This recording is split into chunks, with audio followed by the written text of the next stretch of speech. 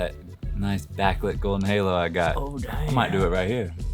Should we? Well, hello. Do you want to move forward and move the camera back? No, I'd rather have my hands. Jazz hands. Do it with my hands. So today, Charlie and I are headed to the Chihuly Museum in downtown St. Petersburg. The Chihuly Museum is a museum dedicated to Dale Chihuly, who's a famous glassblower. His art is in over 200 museums around the world. He's famous for very innovative techniques, such as weaving thinner, almost spaghetti-looking glass into bigger glass sculptures, and then huge, vibrantly colored, grand chandeliers. Another interesting thing about Dale Chihuly is that he got in a car accident and lost the use of an eye, or at least injured it severely to the point where he has to wear an eye patch. He had a lot of hardships to overcome. He persevered, he kept at it, just did what he likes to do. I'm inspired by those stories, and I'm excited to use my craft to create art with his art.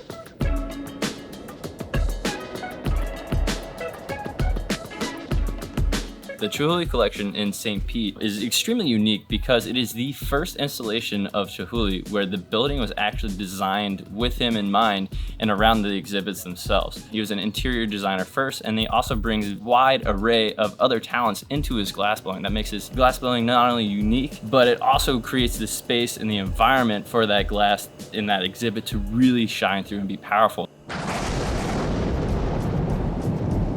Another really interesting thing to me, at least with the glass medium, is that we use glass every single day. We see it in our doors, our windows, we use it to drink out of every single day. It's mundane, we see it all the time. So it's gonna be really interesting to go to someone who's dedicated basically his life to developing this craft and seeing what the boundaries of glass really are. We get so used to our lives around us. It's fun to stop and think about what's actually going on. Just the simple fact that glass is made from sand still blows my mind. I don't understand it. So it's nice to step back to basic things that you didn't appreciate learning maybe in middle school and high school. I know I didn't, and thinking about it a little bit more deeply now. The other thing that I'm super excited about is that we're going into downtown St. Pete, one of my favorite little cities, right in the middle of the art district. Our city has such a great creative space. There are so many talented artists, and they use their talents to kind of decorate the city. There are murals everywhere. There's the Dolly Museum. The building is art in itself, and hopefully throughout several of these videos, we'll be able to show that aspect of the city that we appreciate so much. So with that being said, let's head on over and explore the Chihuly Collection.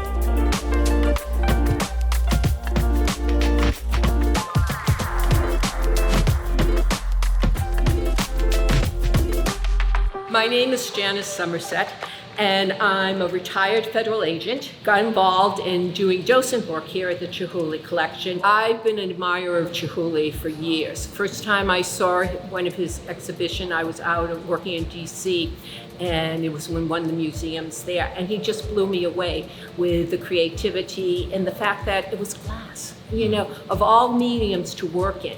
And so I kind of admired that. Chihuly's unique because of going back the time period where he started to make the break from doing functional glass that was structured. He broke away from that. And that first series in our collection, the basket series, was his first attempt to move away from asymmetry.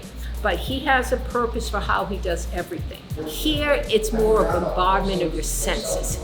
And you don't have to have any kind of understanding of art to be able to appreciate that, because you just come in, and I think you saw, I was doing a group of preschoolers, they're just overwhelmed, they're just, and that's so exciting to me, because they're having that visceral reaction to art that the Chihuly was after.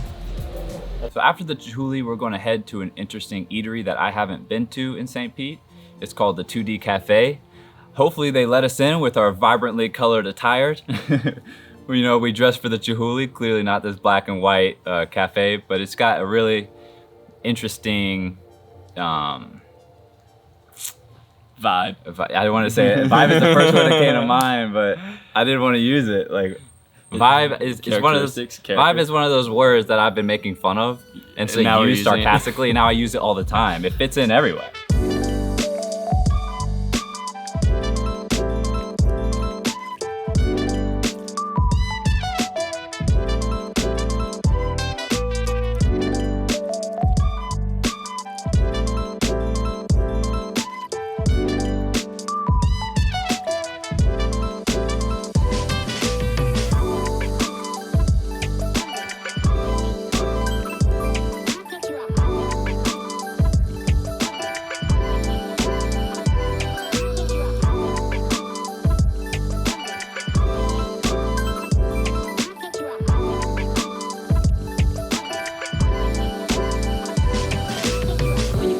Also are able to go to the hot shop, which gives you the experience of them actually blowing glass and seeing it done. And it starts to make sense when you start looking at how that piece comes out and thinking, oh my God, look at what they've done on here.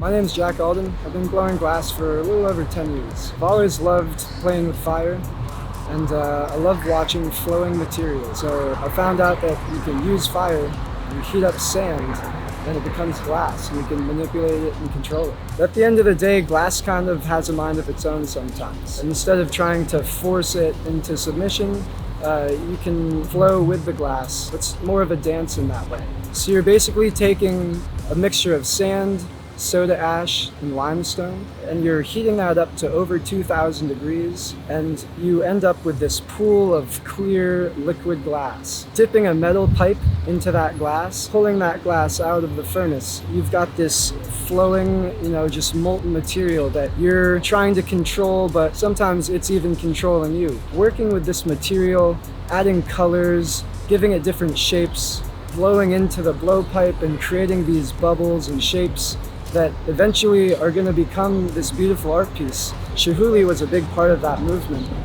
Before then, people were really just making these like symmetrical vases, these even shapes with even walls and these perfect little lip wraps. And Chihuly said, this is a dynamic flowing material that we can basically just heat up and turn into all these cool things. And so he started capturing the movement in the material. And so even though the glass is cooled down and is a frozen solid, it still has that whimsical movement, almost looking like an underwater reef or a flowing anemone.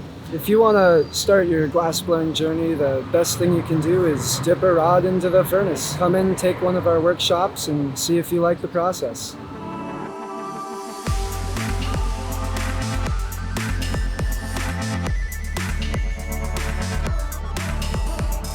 Guys, I hope you enjoyed our adventure today. We had a blast making it for you. Make sure you subscribe, like the video, and tune in next time to see what we explore next.